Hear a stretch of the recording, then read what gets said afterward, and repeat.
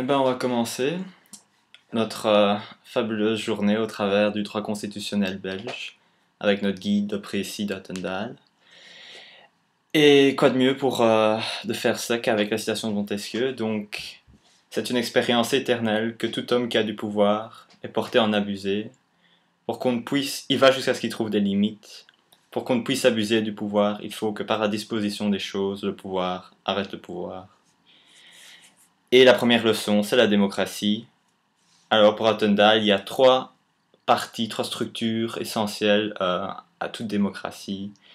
Une infrastructure, une réalité et des mécanismes d'autodéfense contre d'autodéfense démocratique. La première partie de l'infrastructure, ça commence avec la citation d'Aaron, qui dit donc que les partis politiques et, plus important, le pluripartisme, c'est la base de tout État démocratique. C'est si important qu'on le voit, par exemple, consacré dans certains pays, dans leur constitution même. En Espagne, l'article 6 qui prévoit non seulement qu'il y ait toujours plusieurs partis politiques, mais aussi que les partis politiques eux-mêmes ont une structure interne démocratique. Dans leur structure interne, comme dans leur fonctionnement, ça doit se dérouler de manière démocratique. Et pourquoi? Parce que le pluripartisme, ça permet une compétition politique pacifique, ainsi que des élections contestées. Et bien sûr, ces élections doivent être à base de suffrage universel, et comme dit Léon Blum, le suffrage universel a tous les droits, y compris le droit d'ingratitude. Ça ne veut pas dire qu'il faut affirmer le fait qu'il faut affirmer aveuglement le fait majoritaire. Il faut que du contraire, dans des sociétés démocratiques qui sont par définition des visions idéologiques nombreuses et divergentes, il faut protéger les minorités. Et donc, dans une société démocratique, tout citoyen a droit inconditionnellement à choisir périodiquement ses citoyens, ainsi que la possibilité pour l'opposition de se faire entendre et de conquérir le pouvoir et avoir accès à des procédures qui organisent le pouvoir et qui organisent la perte du pouvoir. Alors le pouvoir, il doit être lui-même précaire, modéré et révocable nécessairement. Et donc une société démocratique, c'est en état de droit, ce qui s'oppose en état de police, c'est-à-dire que les gouvernants ainsi que les gouvernés et aussi les gouvernants sont assujettis au droit. Et ça passe entre autres par un régime de responsabilité des pouvoirs publics. Et puis il faut aussi des mécanismes qui rendent les actions des gouvernants visibles et partant contrôlables. Mais cela ne suffit pas parce qu'évidemment, il faut encore savoir faire quelque chose de l'information qui est mise disponible et donc il faut une démocratie d'opinion, c'est-à-dire la liberté d'expression, la liberté de manifestation, la liberté de réunion et enfin toutes ces libertés-là. Alors, ça c'est l'infrastructure. Après, il peut y avoir deux sortes de souveraineté, selon Attendal, et donc on a une souveraineté populaire et une souveraineté nationale. La souveraineté populaire, c'est développé par Rousseau.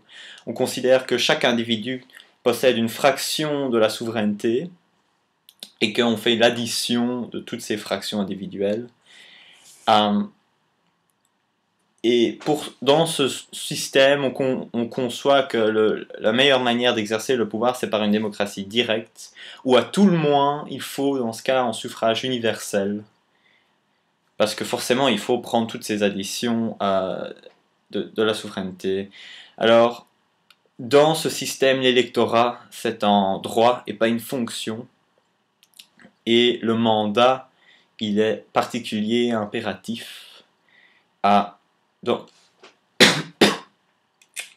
ce système, on est très légiste, on aime bien la loi.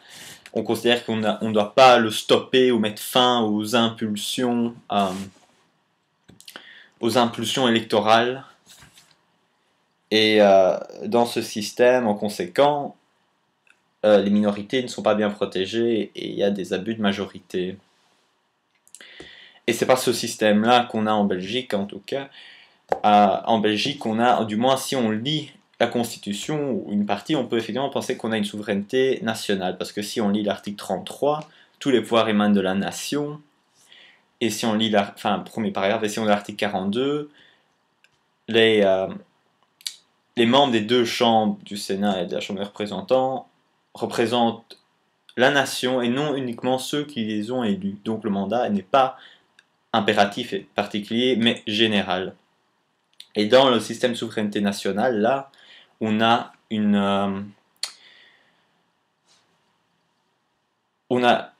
la nation, c'est elle qui est souveraine, et donc la nation, c'est une sorte de... C'est le concept qui avait été dégagé par Jean Bodin au XVIe siècle pour consolider le pouvoir du roi, notamment par rapport enfin on a vu ça en Algérie, par rapport au pape et à l'empereur du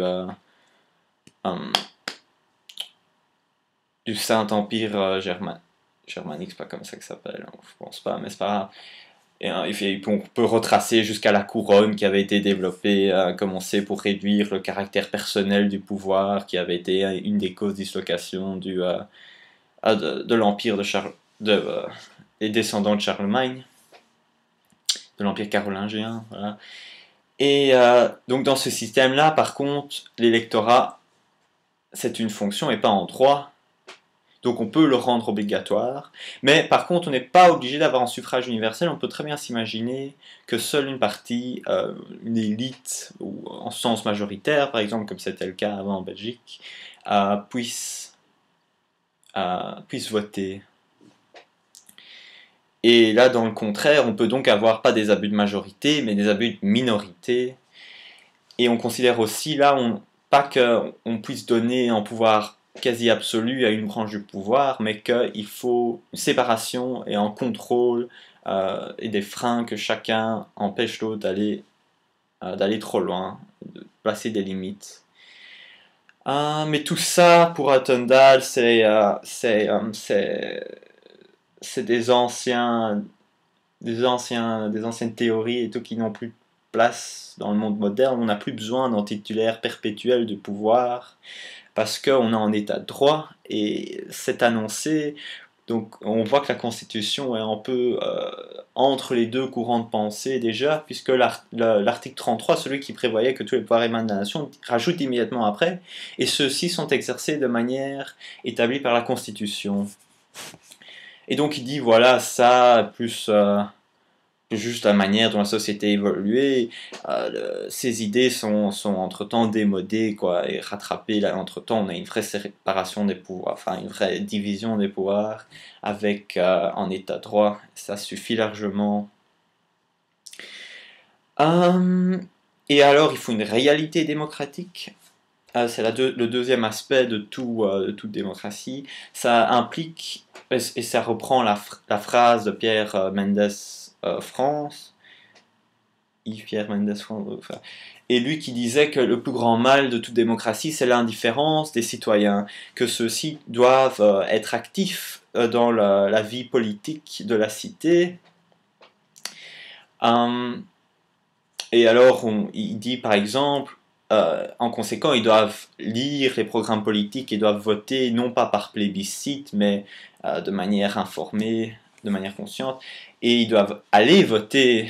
Si c'est le cas, par exemple, on voit des très forts taux d'absentéisme dans certains pays comme en Slovaquie, je pense, où c'était 20%, 20,98% seulement qui allaient voter.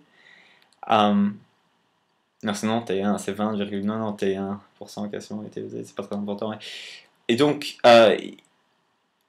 on peut se poser des questions quant à la représentation qui sort de ces élections, et est-ce que ça a encore une légitimité. Et après, évidemment, il faut aussi que quand on élit ce Parlement, il tend à vérifier lui-même le pouvoir exécutif.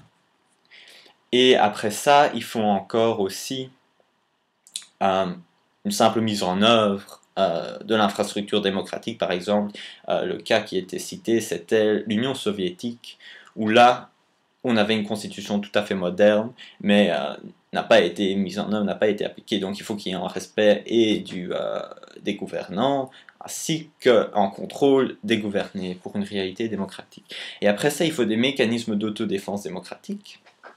Et ça, parce que toute démocratie a en elle les moyens de la détruire par toutes les libertés qu'elle octroie, les libertés fondamentales. Et donc, il faut limiter la possibilité de partis liberticides de s'emparer du pouvoir. Mais, évidemment, sans aller trop loin et par ce fait-là détruire la démocratie, puisqu'il faut savoir critiquer les idéologies dominantes. Et on commence avec... il y a certains pays de nouveau, des pays étrangers qui consacrent ça dans leur constitution, des mécanismes. On a l'Allemagne, on a l'article 21.2 de leur loi fondamentale qui prévoit qu'on peut supprimer en partie si il propage des idées contraires aux principes fondamentaux démocratiques. Et effectivement, c'est ce que les Allemands ont fait en 1953 avec le le SRP, donc c'était en partie néo-nazi. Et puis ils l'ont fait aussi en 1956 avec un parti communiste, le KPD. Et on sait, le KPD a introduit un recours devant la Cour européenne des droits de l'homme, mais à l'époque il y avait encore la Commission européenne des droits de l'homme, une sorte de pas vraiment juridiction, une sorte en organe intermédiaire qui analyse la recevabilité des litiges à 3 juges, entre autres.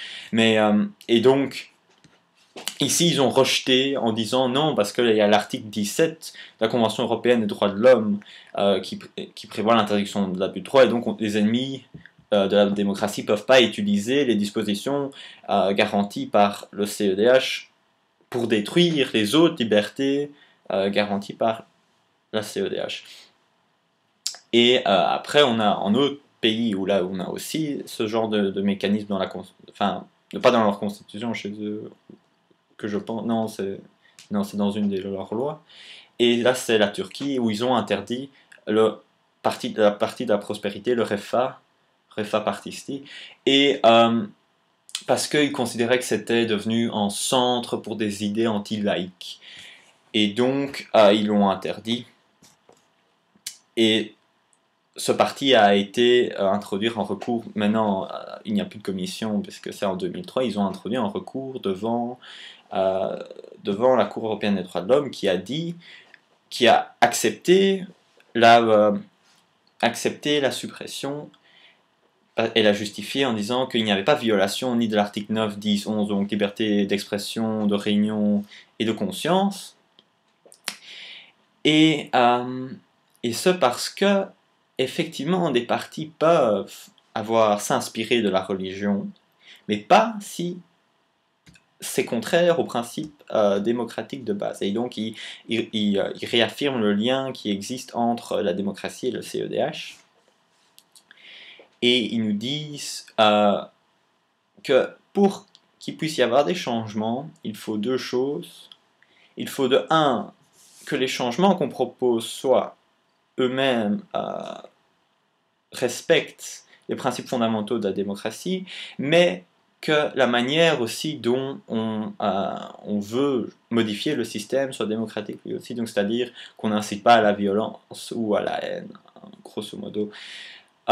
Et dans ce système, et la Cour précise aussi qu'on ne doit pas se contenter de regarder le programme politique du parti, mais il faut apprécier dans les faits si un parti est liberticide et donc aller voir l'activité de ses membres aussi. Ouais.